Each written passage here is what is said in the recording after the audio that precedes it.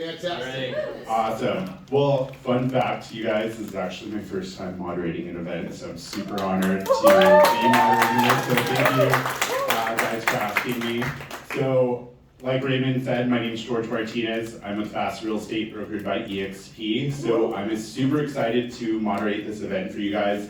And first off, let's give you guys a round of applause for showing up and playing bigger in your businesses, because I assume that's why you guys are all here, right? So round of applause to all of you. Awesome. So I'm super excited to introduce our 3 panelists, top producers. So first off, we have Will. Kind of want to walk in? Oh God, I've been practicing that one. So I feel like I'm saying like a Jabberwocky name, by the way. All right. Oh, okay. Here you go. I was like, wait, 2 mics? Cool. Awesome. So yes, we have Will here. Will's with Fast Real Estate brokered by EXP as well. He's closed just about over 60 deals now. And if you guys haven't already caught him on YouTube, he just came out with his new YouTube reality show called Roxy and Will Selling the Bay. Check it out, it's live. And then next we have Crystal Florida with Compass. She is an industry vet and is a listing machine. So if you guys are in the East Bay, you definitely see a lot of her listing signs up. So next we have Ed Barreto, right? Barreto, perfect. He, in his first year in real estate, closed over 50 transactions. Holy smokes. So are you guys excited to hear what nuggets these top producers have to share with you guys? If you guys are ready, can I hear it? Yeah. Okay, see, I thought I was nervous, you guys. I'm sure you guys can do it a little bit better than that. Are you guys ready to hear it? Yeah. Awesome. Alrighty, let's get started. So we'll start off with your guys' first question. So let's hear about you guys. Like, who are you? Where did you start before real estate? And how did you end up here? You want to go first? Go ahead. Okay, hi guys. My name is Will Kengwanawakui. Born and raised in Bangkok, Thailand. I came to San Francisco with one bag. Didn't know anybody at all in 2008. And I was in the restaurant business for 10 plus years. I started bussing table at a Thai restaurant called Osha Thai in San Francisco, and I worked my way up. I became a homeowner with my husband in 2018, not knowing anything at all about being a homeowner or even if it was going to be possible, and it changed my life. I was still working full-time at the restaurant as an event manager, and I started taking my classes at City College of San Francisco for real estate. It took me 2 semesters. And COVID hit March 2020, I got furloughed from the restaurant job. Luckily, I got my classes ready, so I applied for the real estate exam. And I got my license in October 2020, and it's been amazing. I just closed 63 homes yesterday.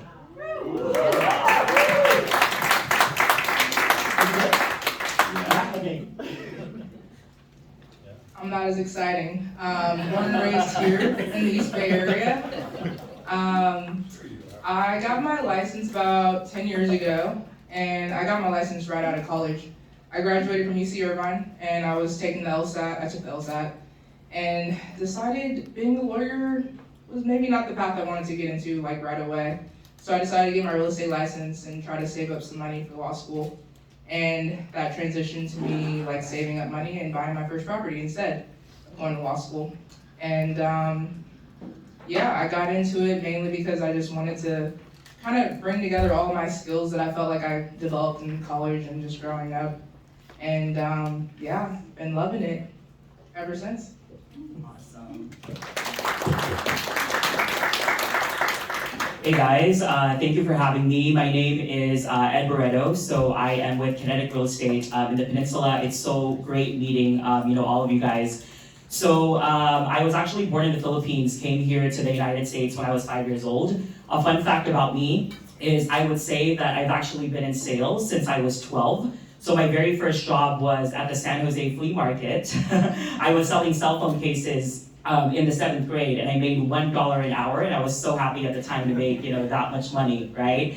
And so I think for my career, I graduated from USF in 2012. I studied marketing and have been in sales since then. So prior to being in real estate, I was actually working for a company called Travel and Leisure. They actually bought out Wyndham Destinations. I was in a very interesting world because I've actually been licensed since 2016, so, but I was not in residential real estate. I made the shift in 2020. I was actually in timeshare sales. So, definitely a great place to learn sales. I think it's really, really an important skill to have in real estate. So I was a marketing manager there, and I pretty much was responsible for the team that generated leads for the sales team. And in 2016 is when I decided to go into sales. So from 2016 to 2020, I was on the sales side at Travel and Leisure, in the timeshare world. And then in the pandemic, our sales office in San Francisco actually closed. It's the greatest thing that's happened to me because it's made me realize that, I have a real estate license. Why don't I try residential real estate? So I went into tech, tried that in the beginning of 2020. Like Crystal, I was actually in law school for 1 year and did well, made it to the dean's list, and then in the middle of all of that, I realized that the ROI isn't really here, so I made the decision to just go into real estate full time. And I've been in residential since end of 2021, and my first year closed 50 transactions. And I'm very, very humbled and grateful for all of the things that I learned through that journey. Holy smokes. Am I the only one that was sitting here thinking, well, these two said that they were going to law school at some point, like, holy shit, I would be scared to go through negotiations. Don't do it. I'm like, so those two, if you want to learn about killer negotiation skills, those two for sure, I can tell it in their voices. I'm like, oh shit. So what does being a top producer entail to you guys? How are you guys dealing with your work-life balance, and what does it mean to you? What are your non-negotiables? First, work-life balance is something that you have to design by yourself, right? What does it look like? Right? Before my first 2 years in real estate, I just work. Honestly, no work-life balance at all. And it became a really big problem, right? Because, I have a husband, 2 cats, we never really spend a weekend together at all, or even I would text and take phone calls at dinner all the time. And, and I thought it was okay, right? But I think I'm getting better. This is my 3rd year in real estate now. We just hired a virtual assistant, so it's kind of freed up my time a little bit. And I'm getting better on setting expectations on, if you want to see homes, when we have a first call with your clients, kind of set up expectations, right? How are we going to work together? You want to see houses on Saturday, then we should have a list finalized by Thursday, right? Not like 2 hours before, in the morning on Saturday, right? So that's kind of like my work-life balance. And non-negotiable, I think communication is key with whether with your spouse or your clients, right? Because think about it, you are actually in a relationship with your clients as well, right? You might have to go through breakup with them eventually if it doesn't work out. So, but communicating, right, and being honest, non-negotiable. Okay. I was in contract like about 3 or 4 years ago with another top producing agent, and I remember we were negotiating price, and it was about $450. And I got back to him about what my client was at. He was like, okay, let me talk to my client, and then we'll continue, our negotiations. And then next thing I know, it's 5 p.m. and I call him and his voicemail's like, oh, you caught such and such. I'm off after 5 p.m. I'll have to talk to you in the morning. And I'm like, what? Like, you can do that? You can just catch your day off at 5 p.m.? And I learned a lot from him just from that simple interaction. Most things can wait until the next morning. So, try not to stress yourself out. But I mean, negotiations I actually do continue on in the evening, unlike that particular agent. But most other things really can wait until the next day. I mean, if it's a lender-related issue or escrow-related issue, they're not working really too much after 5 o'clock, so you don't really have to. But that's like the biggest thing, because you can totally work yourself crazy in this industry and not have a work-life balance, and that can affect relationships. And I learned that kind of the hard way. And I'm really grateful that my husband, his mother's also a realtor, so he actually understands. Hey, I need to take this call real quick, but you have my undivided attention, the rest of dinner type thing. But just setting those expectations up front with your clients when you're having that initial buyer consultation or listing presentation, letting people know how you communicate and what priorities you have in your life. If you're a mother or a father, I'm doing this on Wednesday nights or this on Saturdays, so you might not be able to get me. But I think just being transparent with clients and setting those boundaries is really important. Yeah, I agree. To echo what you guys said, I think being a top producer, there's this misconception that we work 80 hours a week, or we have it all together, our systems are down, our follow-up boss is clean, but it's actually not. And I think this career is really what you make of it. And I think along the way, you will create those non-negotiables, right? I mean, when I was first starting off in my career in my early 20s, I used to be so proud of saying I work 80 hours a week, and I wore it like a badge of honor. And now it's gosh, I can't believe I thought that was so cool. So now it's all about work-life balance as well, specifically for me. There are going to be weeks where you are pulling 70 to 80 hours a week in this industry, but not every week is like that. Just a personal story this month, the first week of May, I probably pulled an 80-hour week. I did not get one escrow. And then the second week of May, I worked 25 hours and got 6 deals. So every week is just different, but I think the consistency about it is super key. I think for me, as a non-negotiable, vacations are important. I think that's how I kind of refresh. I'll go hard and work 27 days throughout the month, and then I'll take 3 days off, and I'll enjoy my time with my family, and also the whole dinner part too. I think it's so important that we always think that we have to reply to text messages and reply to our clients right away. But if when I'm having dinner with my husband or my parents or my family, I know in my heart that they deserve my time and my attention. So when I'm out to dinner, I make it a non-negotiable to not touch my phone and just text back to people whenever it's done. So, alrighty. So what does your daily routine typically look like? Are you getting up in the morning, going to the gym? Are you jumping right into it? What does that look like for you each day? And what systems are you having in place to help you operate your business to the capacity that they're at? I have a morning routine. I think that's really important to have. I'm actually a morning person. I know a lot of people aren't, but I think you're way more productive if you can wake up around 6 a.m., at the very latest 7 a.m. But I like to start my morning, maybe I'll get on the Peloton, maybe I'll stretch. Meditating is pretty important too during my day. Making a cup of tea, and then listening to something, whether it's an Audible or one of my coaches' calls, but just kind of getting the day started and focusing in the morning on money-making activities. Initially, I was I'm only gonna make calls in the afternoon because that's when people actually have time to talk. But my current coach was no, Crystal, you need to be calling in the morning. And I started doing that the last several months, and it's been working. People do respond in the morning. A lot of people are working from home, and I've been getting a good response just from doing that. But yeah, it's all about the morning routine and getting my day started right. I'm not a morning person. That's okay, you guys. It's okay. We talk producer too. I used to work at a restaurant from 10 a.m. to 12 p.m. Right? 12 a.m. 10 a.m. to 12 a.m.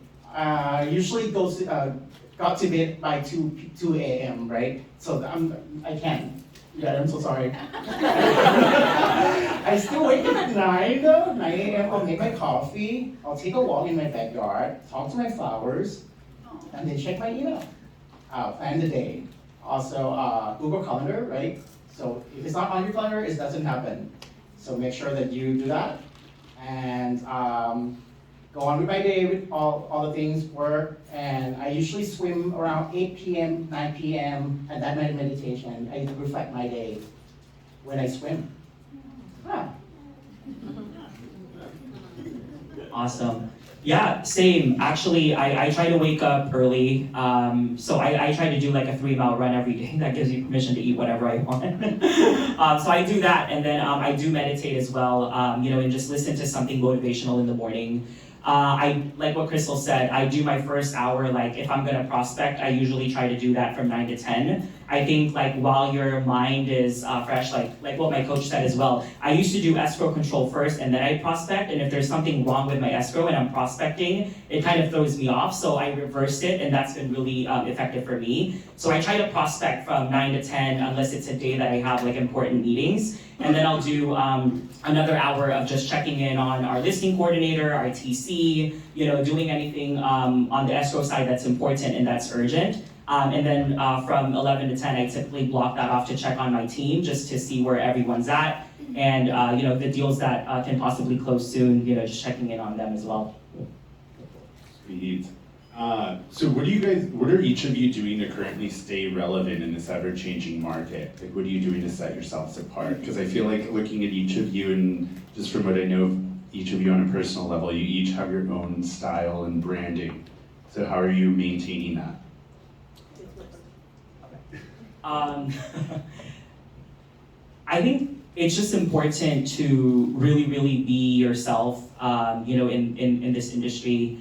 I know we'll probably talk about it later, but a lot of my transactions my first year, I'll say out of that 50, 25 came from sphere of influence, referrals, and social media. And out of that 25, I'd say half came from, Instagram alone. So investing in that, I think, has been really, really important, but it's just so important to be yourself when you're putting content, out there. And on the relevance side, I think it's also important that I know obviously the best realtors in the world, you really need to keep working on your sales skills, your negotiation skills, but staying relevant also means being up to date with the market and the interest rates going on right now, and how you could explain that and go over that with the clients that you serve. Just staying on top of that. Staying relevant, so yeah, social media. I feel like there are some really successful agents out there that are not on social media, but most of them are older. I think to stay relevant as a younger person, you do have to be on social media, whether it's Instagram, Facebook, or TikTok, which I don't do. But Instagram, I started doing these little Tuesday tidbits because I feel like people want to hear, from us and get some information and some short little, minute or less videos. But those have been really successful for me. I've gotten a lot of referrals just from Instagram DMs and Facebook messages as well. And then me and my team, we like to host events to stay relevant. Our last event was about ADUs, so we had a lender there to discuss, financing for ADUs. I was able to speak on my experience actually building some ADUs and renting them out. But staying current with the laws, I'm always reading on what's changing in our industry, and I think that's really important to do. Same. Social media was through SOI through social media was actually the main source of my leads, and because they watch you, right? Even though my first two transactions are actually from my past clients at the restaurant and my friends that I haven't talked to for years. They were actually watching me. I started my Instagram account even before I passed my license. So I started posting about, studying for my exam and when I'm gonna take my exam, and people kind of follow me. So social media is really important to stay relevant, right? And creating content, like you see Ed and I doing this, and Crystal doesn't So, so we can chop this up and we can post it on our IG. That's what we're gonna do, right? Yeah. Yes. So talk about real estate in a fun way, in more easy, in an easy understanding way, right? You don't use fancy words or big terms, right?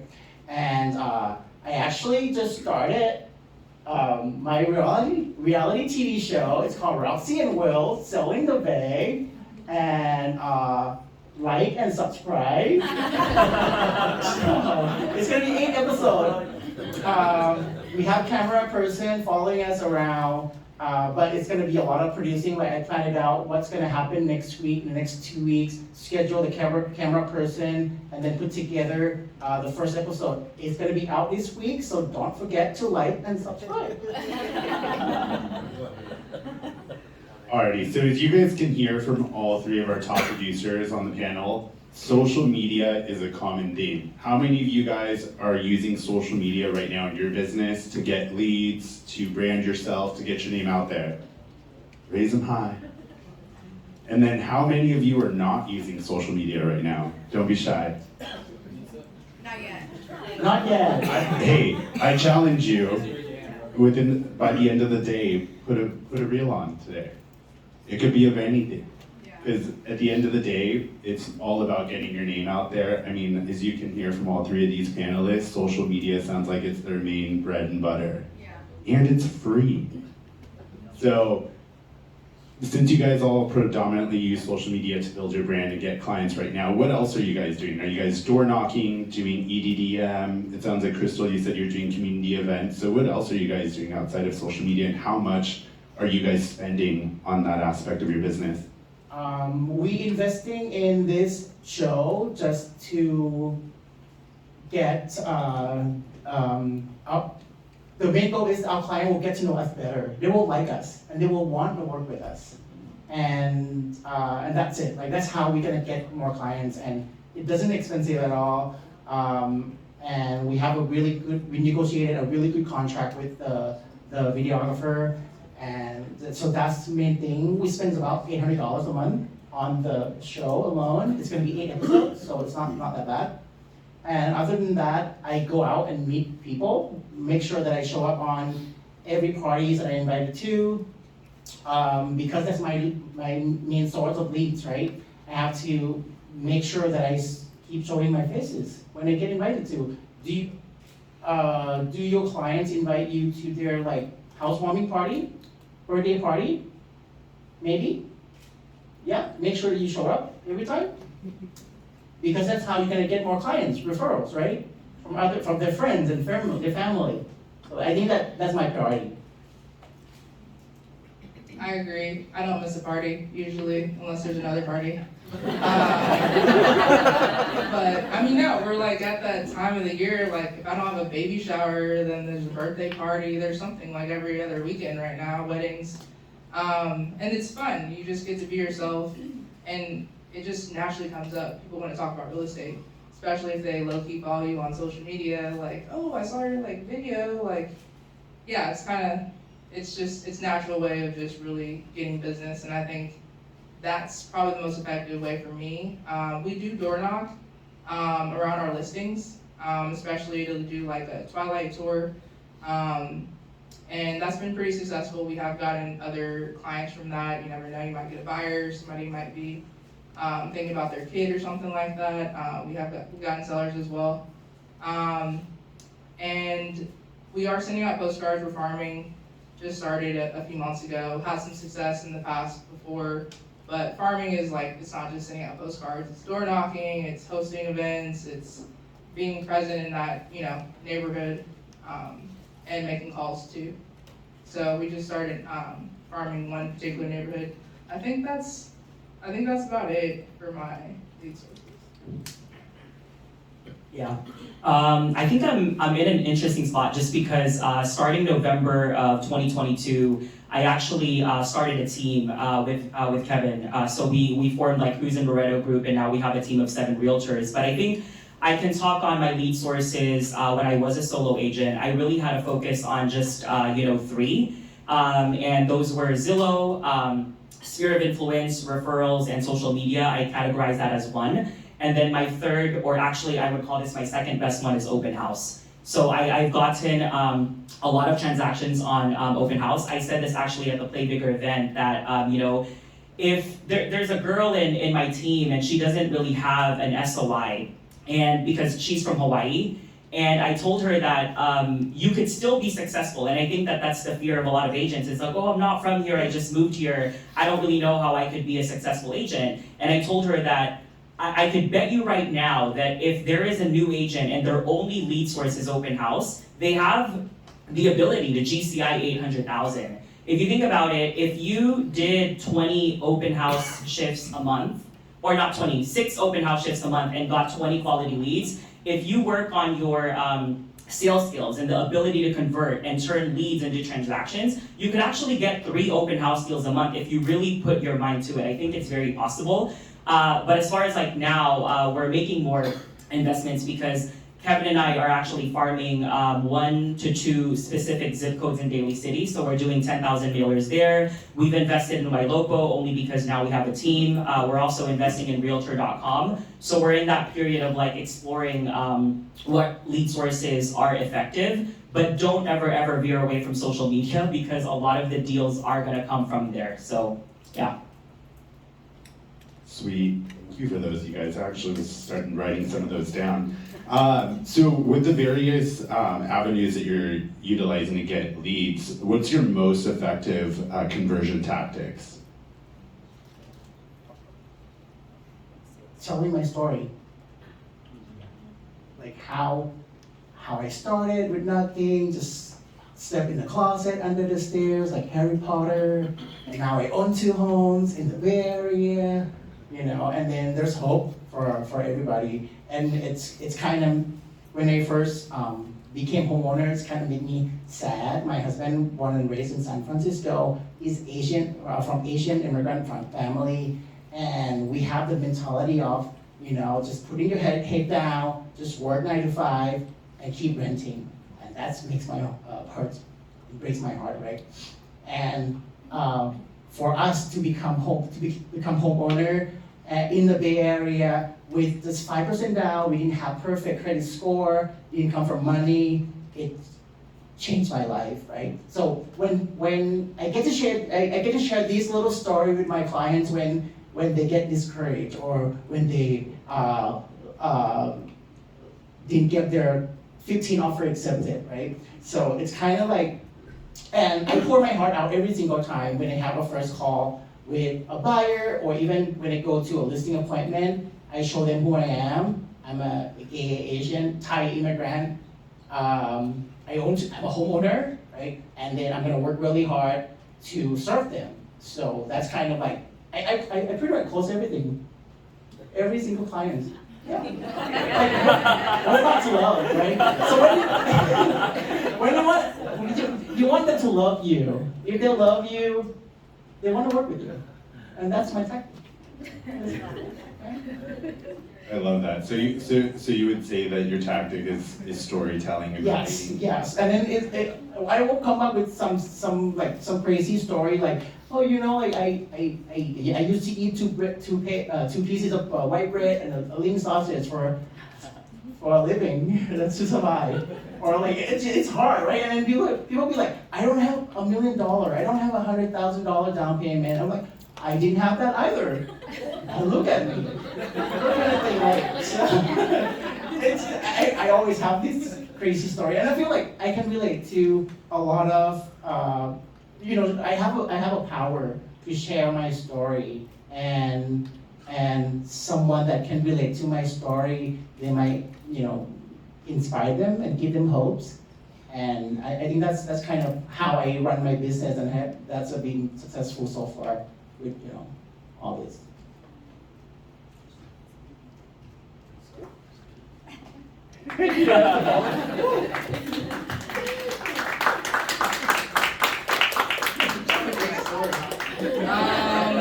So I kind of do the opposite. I like to hear other people's stories, especially when I'm going in a listing appointment. There's a lot of people who are selling because they're kind of forced to sell, and that's really tough. So, hearing their story, figuring out if they really do need to sell or not. I've gone to listing appointments and helped people get financing and help them keep their generational wealth and not have to, sell it.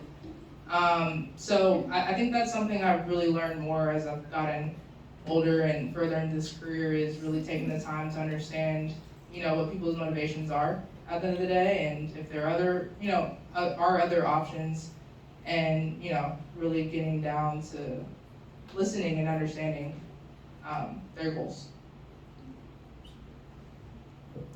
Yeah. So same thing. I think when I go to listing appointments or when I do buyer consults, I always make sure that it's not like a quick one. Like when somebody reaches out to me like on Instagram, I'd rather schedule something where I know that I'm gonna have the full 45 minutes to an hour with them, rather than calling them right away and they feel rushed because I'm taking the call on the road. So I'll say something along the lines of like, hey, you know what, I'm on the road now, but I wanna make sure that I'm fully available for you when we speak. So can we actually put something on the calendar this evening for like 30 minutes to like 1 hour? So I wanna make sure, even though it's just a buyer's consult and not a listing presentation, I wanna make sure I give them the time. And I say this story as well, like my husband and I had no money in 2015. We went FHA, we had $11,000 in the bank. This is back when new construction in Newark was like $570,000. We sold that in 2018, took all of the equity and moved into our single family home.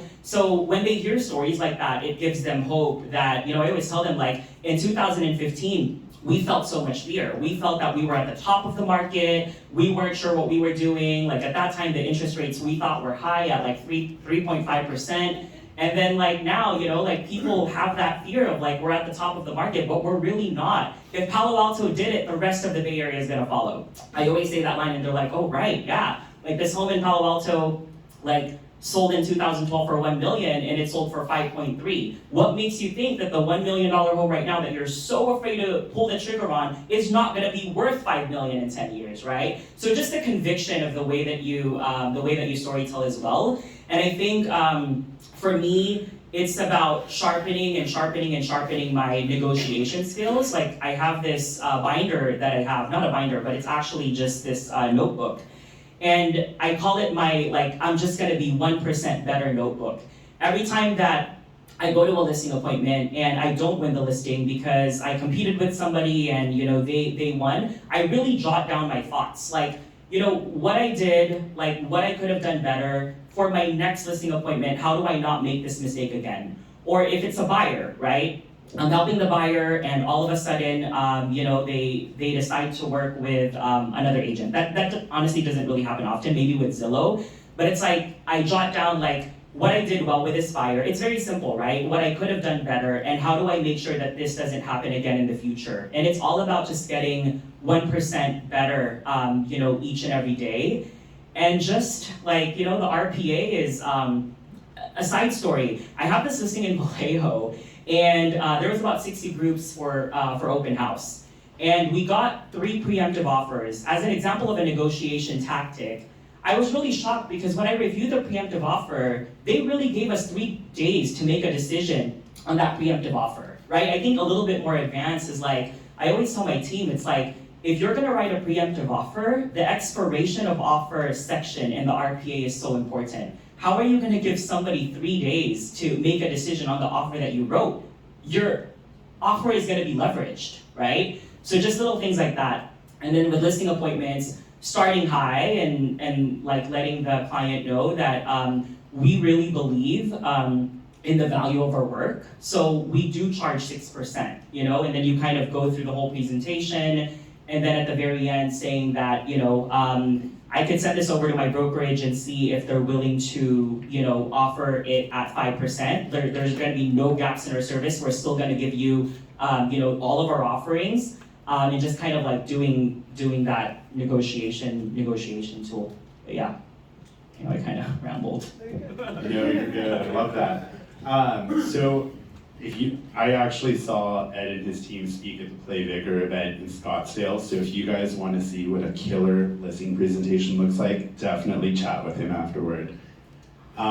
So you guys are all pretty top producers right now, so what does it look like for you guys in sharpening your guys' skills? Are you guys still doing script role plays? What does that look like? How often are you doing that? And do you have any specific scripts that you guys could recommend people take a look into? Yes, role playing scripts, definitely a key part of, our everyday lives, I feel.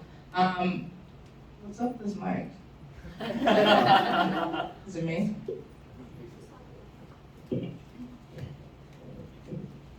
Test. Again, with my coach, I'm doing role play at least twice a week. According to her, I should be role playing every single day, because you shouldn't be role playing on your clients. But I am role playing with my team members, on a daily basis, without them even knowing that I'm role playing with them. That's been a good tactic. Like, hey, let's just talk about this before we get on a call with our client or before we get on a call with this other agent. Because you don't want to practice while you're, doing the job. Script-wise, Vanda Martin, Tom Ferry, those are some of the coaches that I've used over the last several years. They have a whole bunch of free scripts on their YouTube pages, on their websites. A lot of objection handling, I feel, is most of the scripts that I've been going through, because there's always constantly objections, especially for buyers who are, scared of buying right now because of rates.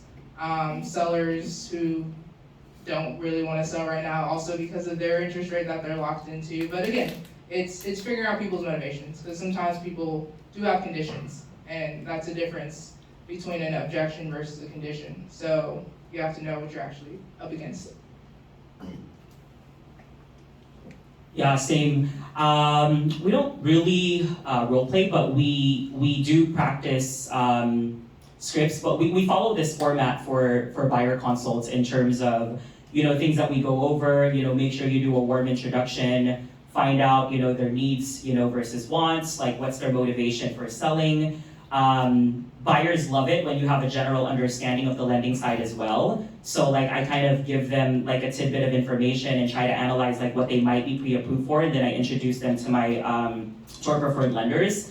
And then it's time to search homes, and before writing an offer, we do another 1 hour conversation. We call it an offer strategy call, where we talk about the disclosures, and then before you go into phase 2, make sure they understand everything. And then after talking about disclosures, we do a comps analysis. After comps analysis, we do offer strategy, and then after that, just call to action and what's needed from them. And then I'm very meticulous when it comes to writing offers, because I know some people say, oh, shouldn't write letter to seller. I still make every buyer write a letter to seller, just because I want to make sure that if we lose against 15 offers, at least I know that we gave it our best. And at least I know you've expressed to the seller and the listing agent how much you love the home. And I even do my own cover letter for the buyer as well. So listing agents love that, because the offer is clean. Wow, the buyer actually wrote a letter to the seller, and then the agent created a cover letter for the client. And the feedback that I've gotten from listing agents was wow, even though you guys were off by 10,000, the seller still decided to choose you just because of how clean your offer is, and how consistent you are with your follow-up, and just not being afraid to, instead of text, pick up the phone and call the listing agent and build that relationship, because it's so key. Ooh, I love that. Were you in hospitality before? I was, yeah. I couldn't tell. No, I'm just kidding. Airlines and hotels. It was Hyatt in Virgin America. Oh, I love that. See, you can tell he definitely creates a pretty phenomenal customer experience. All of them do. So for me, I'm pretty lucky because I'm always surrounded by the other top producers. We have about over 300 agents on our team, and a lot of them are here. Hi. And early on in my real estate career, I actually met a lot of people like Jenok and Donna Chan right there, and they taught me a lot of things. And that's how I think that's the main reason. The other key factor that why I'm successful today, because of them. So thank you. And we have a meeting every Tuesday, and Elias will talk about the different escrows in different cities all over the Bay Area, a different county, and how this agent got this lead and how they closed the lead and how they've been working. So I would hear this different story every week and what's actually going on out there in different cities, in different county. And also we have coaching calls with Eli as well every week, Monday, Wednesday, and Friday. So, like there's so many things that you can learn, but you're just gonna have to keep learning, keep showing up. I love that. So we all know, being in the industry, there's so many different avenues that we could have ever imagined in real estate. So that leads me to the next question is, do you each have a niche? And if so, what is your niche? And what were the deciding factors for you to focus on that specific niche? Easy for me, it's the underserved LGBTQ plus community, Asian immigrant community, especially Thai American community. We still don't think, a lot of them still think that homeownership will never be possible. I have a lot of friends that make good monies, there are a lot of nurses, and I had a call with my friend, and she said, I used to be poor. I just want to rent for the rest of my life. It's just going to break my heart to spend this much money to buy a house. And I'm like, that's why we need to break this change. Like, you're not going to be poor anymore. You have to invest in real estate. So it's my mission to work harder, to go above and beyond to serve my community. That's my niche. My niche is working with investors and treating everyone as if they're an investor. I started off, like my very first listing was a flip from an investor who's the only person willing to give me a shot. I was 22 and I had braces still. And so I looked really young.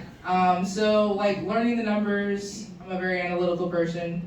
And I treat, like I said, I treat all my clients as if they're an investor, because even if you're just buying your primary residence, let's talk about how this is gonna help you buy your next property. And then your next property after that. So I have a lot of first-time home buyers that came to me and they're buying their second and third properties now. So I'm really proud of that. And then I have a lot of investors that I've been working with for years, and they just help keep my business, I would say, consistent, if anything. Yeah, yeah, I think my niche is also, for me, it's the Filipino community, just because that's my narrative, right? And I connect with them, very, very well. And, in every listing presentation or buyer consult, we always say that from our hearts, right? Like, we're not really doing this, and when we meet people, it's not like the question is, how much money am I gonna make in commission by helping them, right? Like, we have to think about why we do what we do. And for us, it's really for that, like, immigrant family who recently came here to the United States and saved up enough down payment just so they could afford a home, right? It's for the couple who just started a family and they really want to learn about what it takes to build generational wealth for their for their family, right? And it's for the couple who really wants to understand what appreciation and equity really means, because believe it or not, a lot of them don't. So it's our job as realtors to really educate them and like make an impact in their lives. So I think that's my niche, and sometimes we think, like, as I go through this role of being a realtor, I'm like, oh, like I wonder what it's like to tap into the luxury market or like start like selling $3 million homes.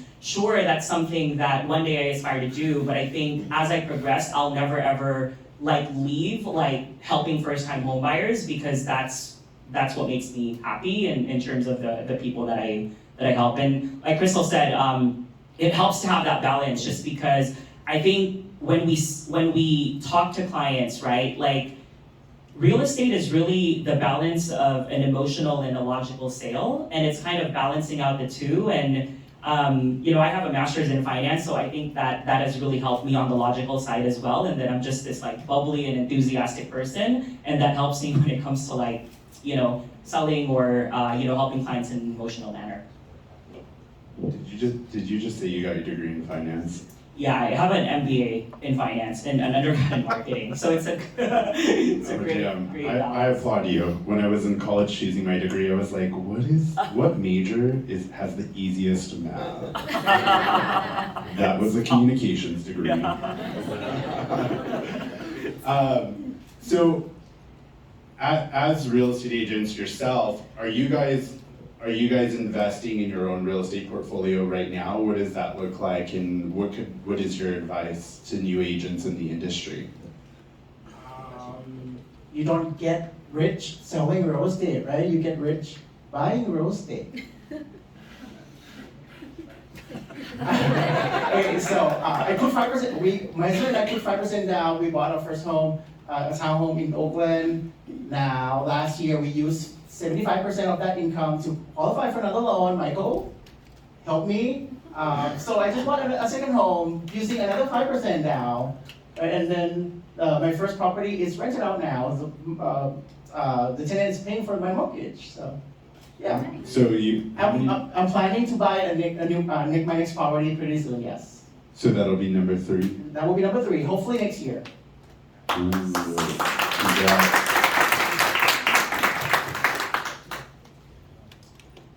So I bought my first property. I bought a condo, which I really didn't want to do. Really wanted a multifamily, but this condo fell in my lap. I was able to get it in Emeryville for about $300,000, and I was able to go FHA. A lot of people didn't want FHA at the time, and it needed some work too. Although it's a condo, I don't think I put more than 20 grand into it, and I put probably only 20 grand down, 30 grand down, and was able to sell that right when the pandemic hit in 2020. I was actually in contract. Got in contract early March, mid-March hit. I was like, oh God, I hope they stay in contract with me. And I actually set a record for that building, I think still today. After, renovating it and saving it. But that helped me buy my first investment property out of state actually. I went to Austin, Texas. Sold that to buy an investment property in Oakland, which I still have. And then, so my condo, I sold that and bought my current house, which I house hacked. Had to do a lot of work, which I don't recommend, but the foundation, the drainage, just rebuilding the entire house that was built in 1906 from the ground up. Also had a pool in the backyard that was fun to fill in, and had a pool house I converted into an ADU. I rent out to traveling nurses now. Made my house from a 2-story house to a 3-story house. My downstairs basement area, we now rent out to my brother-in-law, and between my brother-in-law and the back tenant, they basically pay my mortgage every month. And then we leveraged our equity in our house because we put so much into it. We were able to get a HELOC, which we partnered with some family, and we're able to buy 2 more properties with that. So now I own about 11 doors. And I just decided to hire a property manager because that's not really the use of our time. Yeah. But because Oakland is where I own most of my properties, and the moratorium was like devastating to a lot of investors and other landlords, I'm doing short-term rentals for like a few of my units. So if you guys have any questions about like traveling nurses, Airbnb, I'm doing it.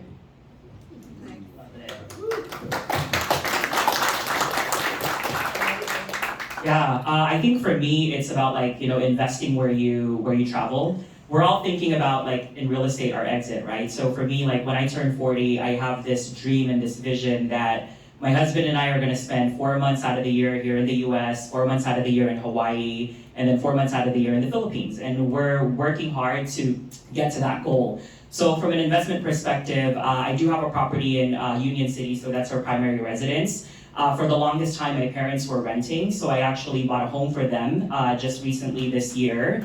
So, thank you. Just got them a 2-bedroom condo, in Milpitas, so they were so happy about that. My mom and dad became homeowners at 66 and 67 years old. I surprised them, they were crying. It was so fun, so awesome.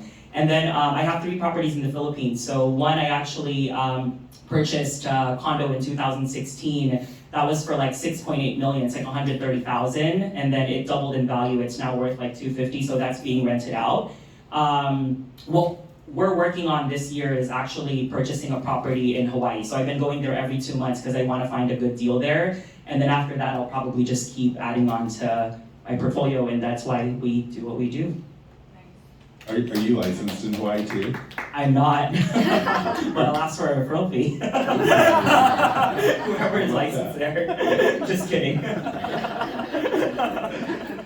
So, as you guys can see from what they all just shared right now, invest in real estate.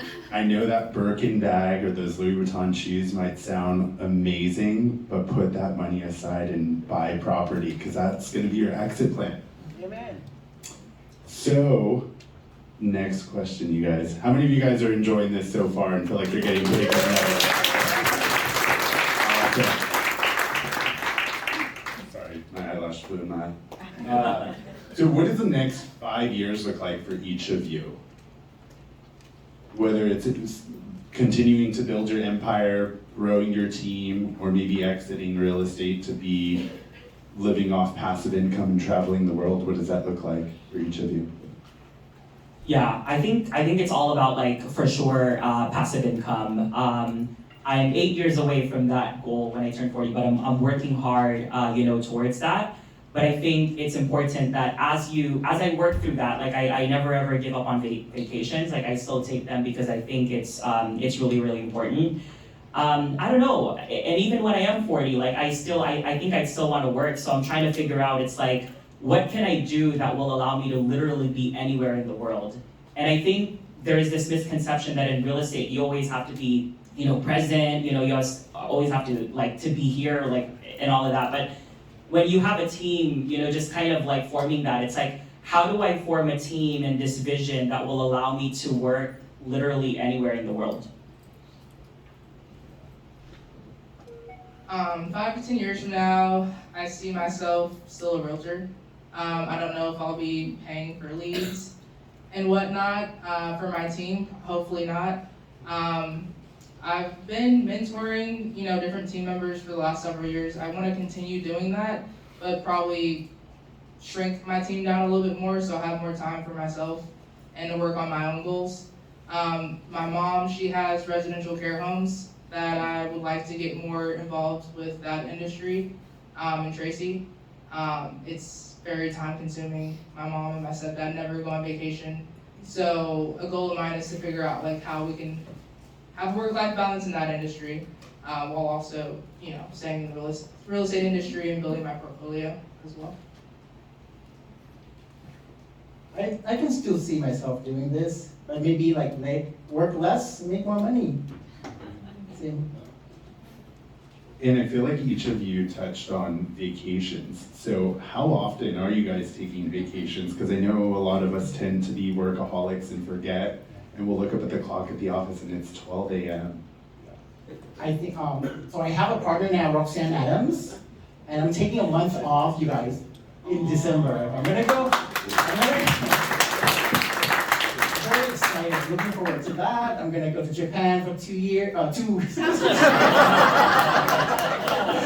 2 years, 2 weeks, and then I'll go back to Thailand for another 2 weeks. I haven't been back in 5 years, so.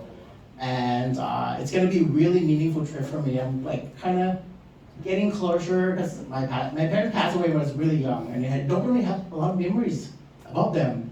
And my siblings never talked about them, so I don't know them. I don't. So this is gonna be a really good trip.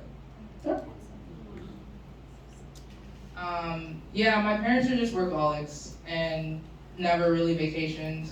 That's something I've learned more about as I've gotten older and traveling more so with friends. But this year I told my mom and my dad, they're not together, they're both remarried, but I'm like, we're gonna have a joint family vacation, we're going to Mexico. I don't really care if you guys are staying different resorts or what, but like they're getting older. Yeah, I'm not gonna say their ages, but they're in their, they're up there. And there's been almost a funeral every month with some of their family and friends.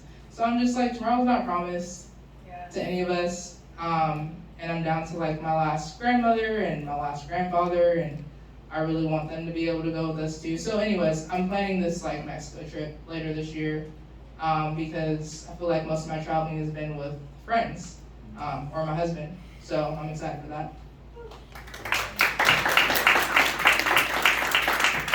Awesome.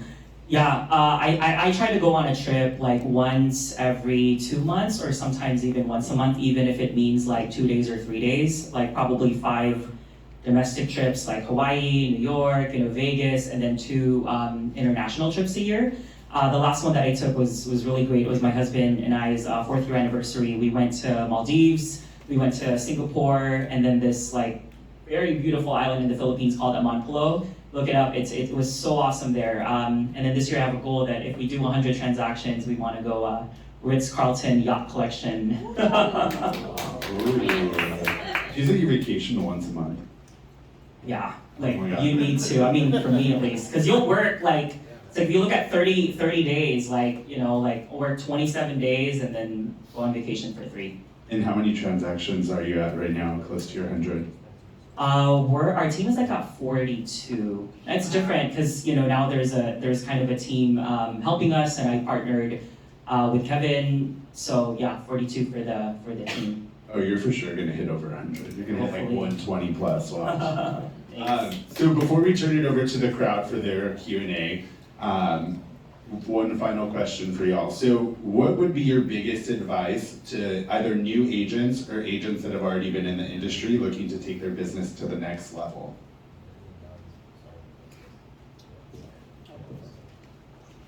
Be authentic, be your true self. When I first came into real estate, I was deciding whether I wanted to tell my whole story or not. Growing up in Thailand, I wasn't really out because it wasn't a really choice. But now I'm very proud to tell my whole story, who I really am, right? Just to hope that I can inspire people, and you can connect to your people. Like people will connect with you, and not everybody is going to get you, right? And that's okay. But be really authentic to yourself. My advice is don't be afraid to fire a client if you need to. Straight up. Like if they're draining you, or if you just kind of drag in their phone calls or emails, then you probably shouldn't be working with them. I had a friend yesterday tell me that he just got fired by a client because he was celebrating Mother's Day with his wife, and it's her first Mother's Day. And the client wanted to look at property, and he was like venting to me about it yesterday, and I was like, dude, don't feel bad. Like, it's your wife's first Mother's Day. Like, if they didn't respect that you want to take off time for your wife's first Mother's Day, you shouldn't be working with them. So don't feel like you have to work with everyone. Yeah, I think my advice is just know that like your only competition should be yourself. There's this psychology theory, and it changed my life like in the last 5 years. It's like the frog pond theory, right? It feels really good to be like a big fish in a small pond, and it feels not good when you're a small fish in a big pond, right? And the frog pond theory states that it's like a comparison theory, where like if you're this person and you feel like you're average and you're comparing yourself to all of the big dogs all the time, it affects your mental health, and it's not really good for yourself. So like your best competition is you. And a personal story. Back in my Wyndham days, there was this girl. She was like the #1 rep at Travel and Leisure. She was like one of 5 people who made like $1 million a year, because they're like, even though the transactions were like 30,000-50,000, they paid 15%, right? And there was like no marketing fees and whatnot. And she came to San Francisco, and she was from Vegas. She came to San Francisco, and like 6 months, like she always like outwrote me. Like she was always #1 on the board and things like that. And by month 7, I started like outwriting her, and it just really, really got to her. And I think that what I told her was like, I never ever saw myself like competing with you. I just wanted to get better, and I wanted to look at my numbers from last year. You may have seen it the other way around, but I didn't. So I think like I learned that theory in 2016. It's like, stay in your lane mentality. Like it's important to support each other and be happy for the top producers like in your office, but just try not to compare. It's only gonna mess you up, and just compete with yourself and just try to get better every single day. I love that. Thank you guys for sharing. So we're gonna turn it over to you guys for a Q&A. So anybody have any questions that you're itching to ask? Don't be shy.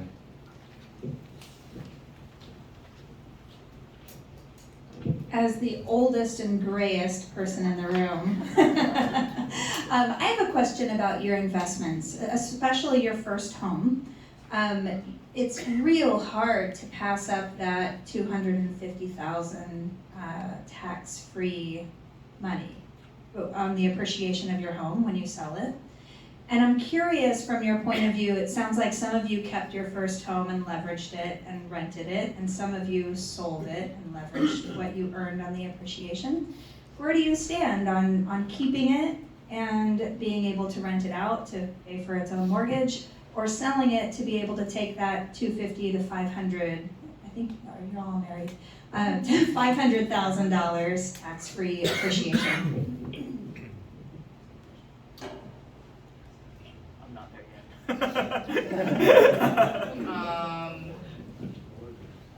I think it depends on your ultimate goal. Like, what's your final goal? We kept the Oakland townhome because we love the location. We have high hopes in Oakland. Come on, Oakland! And I think maybe eventually we might want to move back. Because now we're in Antioch now. We got a big home with a big backyard in a suburb. People said, you moved out there to have kids and die. And I started to feel that. I'm feeling it. But I don't know. Yeah. So it's your goal. That's my question. If the property will serve you in the long term, then you keep it. If it doesn't, then you sell it. Do something else. Even though you can't get the tax exemption, you can 1031 exchange. We'll save you on tax too. Yeah, you can also pull out your equity, which people don't really think about, but you can always get a HELOC and get it below that threshold for tax purposes. Because I did that actually with my condo, although I don't think I was at the 250 mark, but still, I was able to take out some of my equity to help me buy my next property and to put into some final renovations for my condo before I sold it. But my opinion, like most condos, you should not hold on to. They're not really good investments. I had a 1-bedroom condo, it just wasn't gonna even come near to even break even for me. But we were just talking to a client this morning who's looking at a 3-bedroom townhouse, and I was like, I know this is just a stepping stone for you, but you know, rents in this area, like you can actually break even, maybe even cash flow a little bit on a 3-bedroom, townhouse. So, and then, single family houses, if you can house hack them, like you should probably try to keep it. But that's why ideally, I think it makes the most sense to try to buy a multifamily as your first property if you want to build your portfolio, stepping stone wise. Yeah, I actually wish I knew better, because in 2018, like if I could turn back time, just because there was a lot of equity in that Newark home, I probably would have taken out a HELOC and then used that as a down payment for Union City and then rented out Newark.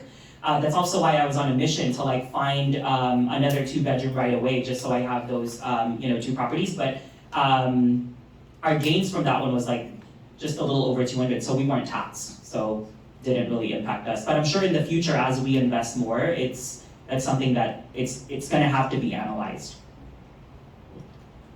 Thank you for your question. Good question. Anyone else have any questions? Ooh, Diana. I got a lot, but I'll start with one. So going back to the year that you saw, or I guess a lot of you, was the first year that you were in the business, when you started to see your business at a point where it couldn't just be you anymore and you needed to scale up. What do you think your favorite thing was that you invested in, whether it be an assistant, a showing assistant, a VA, those kinds of things? Yeah, I think my advice to that is scaling is it's a crazy thing.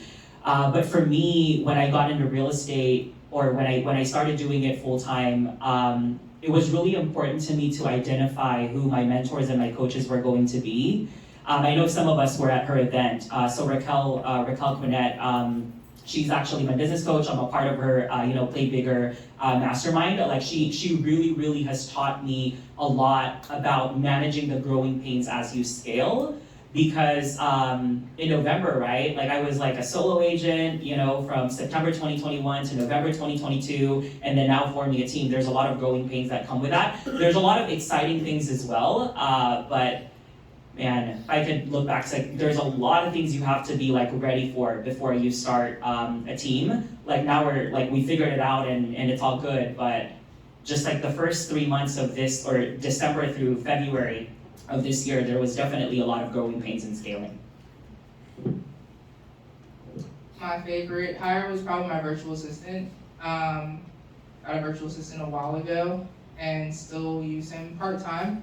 I have a licensed full-time assistant, and he definitely changed my business drastically, and gave me, well, one, helped my productivity, but also gave me more time, again, for myself and for my family, more than anything, and just delegating those tasks that you just don't really want to do. I'm just being honest. I usually work without my laptop.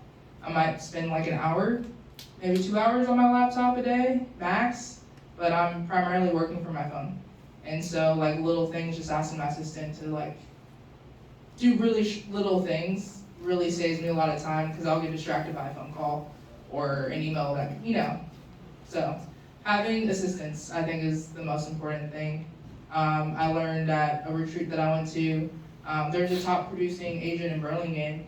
All he has is like 3 like licensed admin, and he does like $300 million a year with no buyer's agents. He pays a guy on the weekend to show properties for him because he doesn't work on the weekends at all. And yeah, I mean, I think a lot of people can be very successful just with admin, but obviously you have to build up your business to that point. But starting with a virtual assistant to take away some of those little tedious tasks that don't make a whole lot of sense for you to do for, you know, $10 an hour. Same. That's Crystal. I'm working with my phone now too. Not laptop, yeah. 1 hour on a laptop, and that's about it. But then because you can pay your virtual assistant $10 an hour, and then you can go do something else that make more money for you, right? So, okay. I love that, great question. Anyone else in the crowd have a question?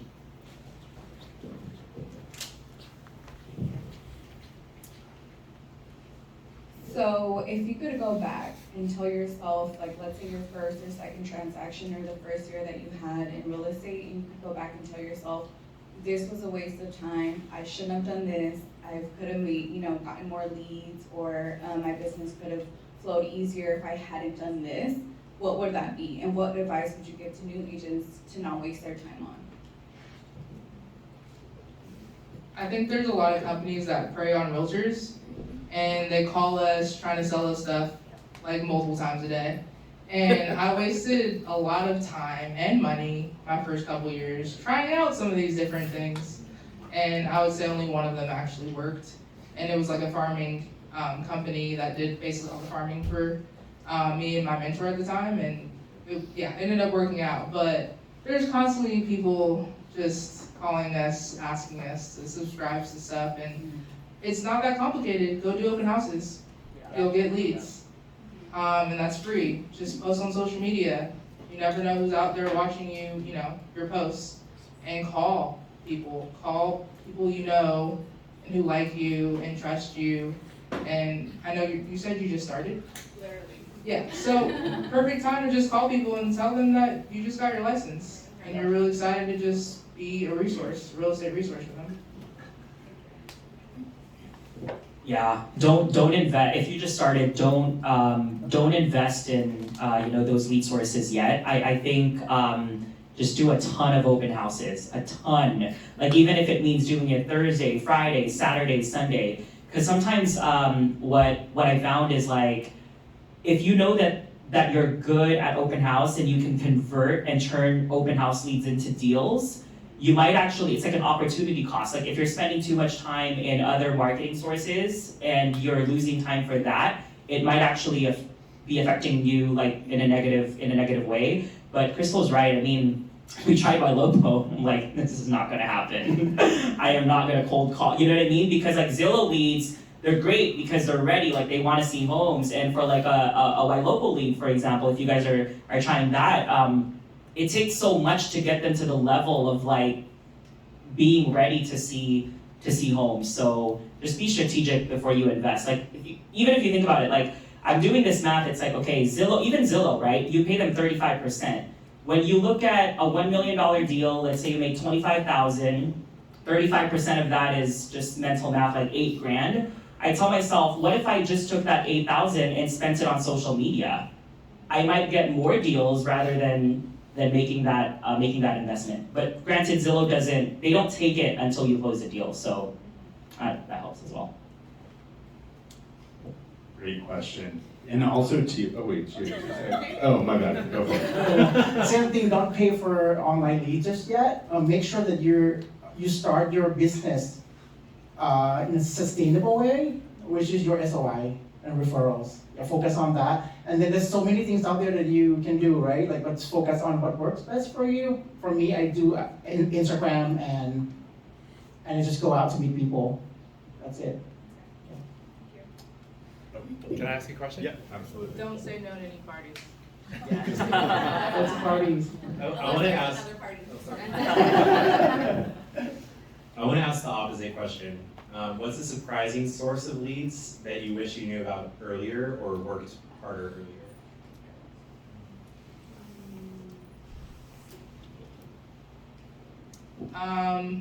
Open houses, I was doing like an open house every single weekend my first year, and I got one transaction because I didn't know what I was doing. I didn't know like what to say to people really. I was not looking at any type of scripts.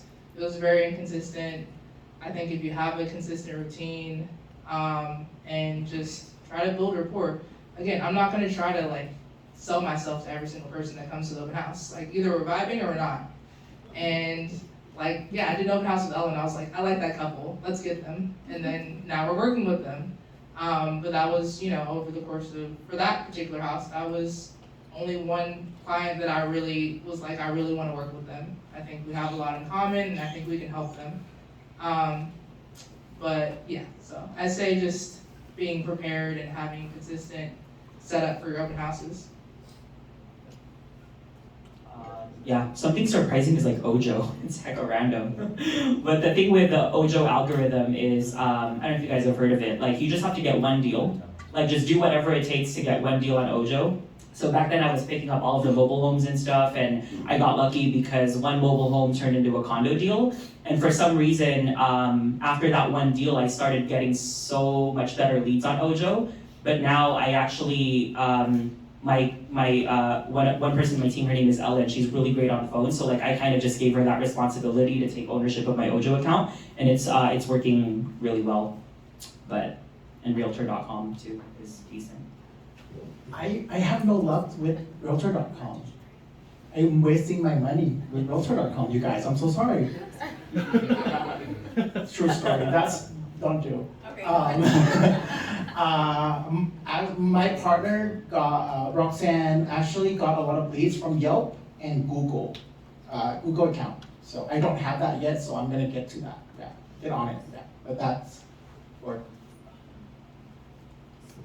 Nice. Yelp's working for her?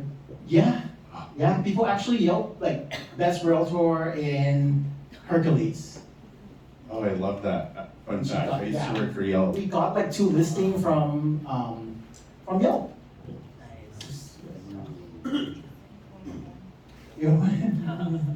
Oh yeah, you would have loved me a few years ago after college. I was that guy, hi, this is George calling from Yelp. Hey, Will. But then I don't know, like could be free. You can tell people like how Yelp works. Yeah, if you guys ever have any Yelp questions, feel free to DM me. I'm happy to help you set up your page. I used to do it for people. Just don't spend the ad money. See, it's free. It's free, right? It's free. The cost per click for realtors isn't all that. It's like, I think like 75 to like $125 cost per click. Right. And I could literally go to yours and click it, and then you can go to yours and click it, and it cuts down your budget. Yeah, not here to bash Yelp anyways. But anyone else in the crowd happen to have any questions? No? Alrighty, I'm gonna pass it back on over to Mauricio and Raymond. Thank you guys so much for all of your participation today. Thank you, George. George was a great moderator. I hope you guys got a lot of value out of that. I think we had absolutely amazing panelists. They all brought something. I learned a lot. So I hope you guys really enjoyed that. Yeah, thank you. Again, we just want to give another thank you, another big shout out to our sponsors. Thank you, Richie. Thank you, Annette. Thank you, Liz. We really appreciate it. And Liz and Annette are actually hosting a raffle right now. So I'm going to pass this little basket around.